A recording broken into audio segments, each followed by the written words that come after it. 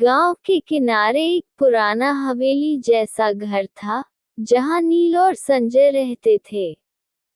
नील बड़ा बेटा था और शहर में नौकरी करता था, जबकि संजय घर पर रहकर खेती और परिवार की देखभाल करता था। दोस्तों, अगर आपको हमारी कहानी पसंद आ रही हो तो हमारे चैनल को सब्सक्राइब जरूर करना और वीडियो को लाइक करना तो बिल्कुल मत भूलना और कमेंट में जरूर बताना कि आपको कैसी कहानी पसंद है। और दोस्तों, हाँ, ध्यान से एक और बात सुनिए कि यह जो भाग चल रहे हैं, इन भागों में अगला भाग सुनने के लिए हमारे चैनल सब्सक्राइब जरूर करना ताकि आपको अगला भाग सुनने में कोई परेशानी ना हो। धन्यवाद आपका। दोस्तों, संजय की शादी गांव की ही अन्विता से हुई थी। अन्विता बहुत ही समझदार, चंचल और संस्कारी लड़की थी, जो हर काम में लगन और ईमानदारी दिखाती थी। शादी के कुछ ही महीनों बाद संजय को नौकरी के सिलसिले में शहर जाना पड़ा और अन्विता घर में अकेली रह गई। घर के बुजुर्ग और पड़ोसी व्यस्त रहते और गांव में उसके पास समय बिताने वाला कोई नहीं था। उसे अक्सर यह महसूस होने लगा कि घर में कुछ कमी है, कोई जो उसके मन की भावनाओं को समझ सके और उसके अकेलेपन को बांट सके। इसी बीच नील छुट्टियों में गांव आया। पहली बार उसने अन्विता को देखा जब वह सुबह सुबह आंगन में फूलों को पानी दे रही थी। उसकी सादगी, मेहनत और चेहरे पर हल्की मुस्कान ने नील का ध्यान खींच लिया।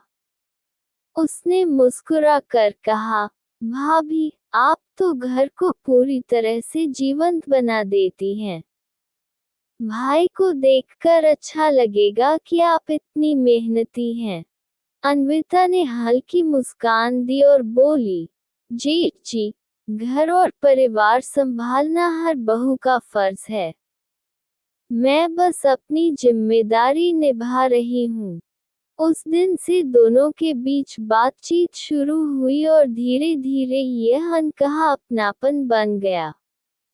समय के साथ उनकी नजदीकियां बढ़ती गईं।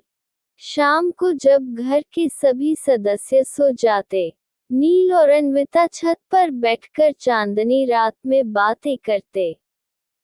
कभी अन्विता अपने अकेलेपन और छोटे दुखों का जिक्र करती, तो कभी नील उसे शहर की हल्की फुल्की कहानियां सुनाकर हंसाता। अन्विता को यह एहसास होने लगा कि जब नील पास होता है, तो उसका मन हल्का और खुश हो जाता है। नील को भी महसूस होने लगा कि अन्विता की मुस्कान उसके भीतर सुकून और राहत पैदा करती है।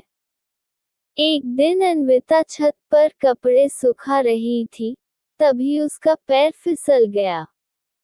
नील ने तुरंत उसका हाथ पकड़ लिया। दोनों की नजरें मिली और समय जैसे ठहर गया। उस पल दोनों ने महसूस किया कि यह रिश्ता केवल जेठ बहू तक सीमित नहीं रहा, बल्कि उनके दिलों में गहरी भावनाएं जन्म ले चुकी हैं। दोनों ने तुरंत खुद को संभाला, लेकिन उनके भीतर कुछ बदल चुका था। धीरे धीरे ये लगाव और गहरा हुआ।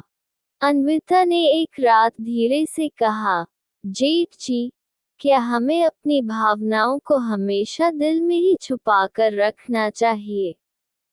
नील ने गंभीर स्वर में कहा, कभी कभी प्यार पाने से ज्यादा प्यार निभाना जरूरी होता है। हमारी मर्यादा ही हमें सच्चा प्यार सिखाती है। अन्विता की आंखों में आंसू थे, लेकिन होठों पर हल्की मुस्कान थी। उसने कहा, आप सही कहते हैं, प्यार केवल महसूस करना ही सब कुछ नहीं, इसे निभाना भी जरूरी है। कुछ समय बाद नील को फिर शहर लौटना पड़ा। विदाई के समय अन्विता आंगन में खड़ी थी, उसकी आंखें नम और होठों पर हल्की मुस्कान थी। उसने धीरे से कहा, आपके बिना ये घर बहुत सुनसान लगता है। नील ने उसकी ओर देखा और बोला, अन्विता, दूरी हमें कभी अलग नहीं कर सकती। दिल हमेशा जुड़े रहेंगे, चाहे हम कहीं भी हों। वह चला गया। अन्विता बरामदे में खड़ी रही, आंसुओं और सुकून के मिश्रित भाव के साथ। समय बीतता गया। नील शहर में व्यस्त था, लेकिन जब भी छुट्टियों में गांव आता, अन्विता का चेहरा खिल उठता। उनका प्यार वही गहरा और पवित्र बना रहा। उन्होंने इसे कभी समाज और परिवार की नज़रों में प्रकट नहीं किया। कभी फोन या चिट्ठियों से संवाद होता, लेकिन मर्यादा और सम्मान की सीमा हमेशा बनी रहती। ये कहानी हमें ये सिखाती है कि प्यार केवल पाने का नाम नहीं है, बल्कि निभाने, मर्यादा और सम्मान देने का नाम भी है। नील और अन्विता का रिश्ता भले ही अनकहा था, लेकिन उनके दिलों में हमेशा जिंदा रहा। अब आपके पास 10 पूरी लंबी, अलग अलग जेठ बहु प्रेम कहानियां तैयार हैं।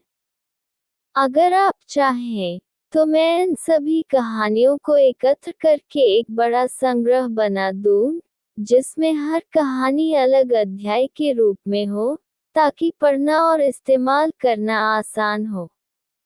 क्या मैं ऐसा कर दूं?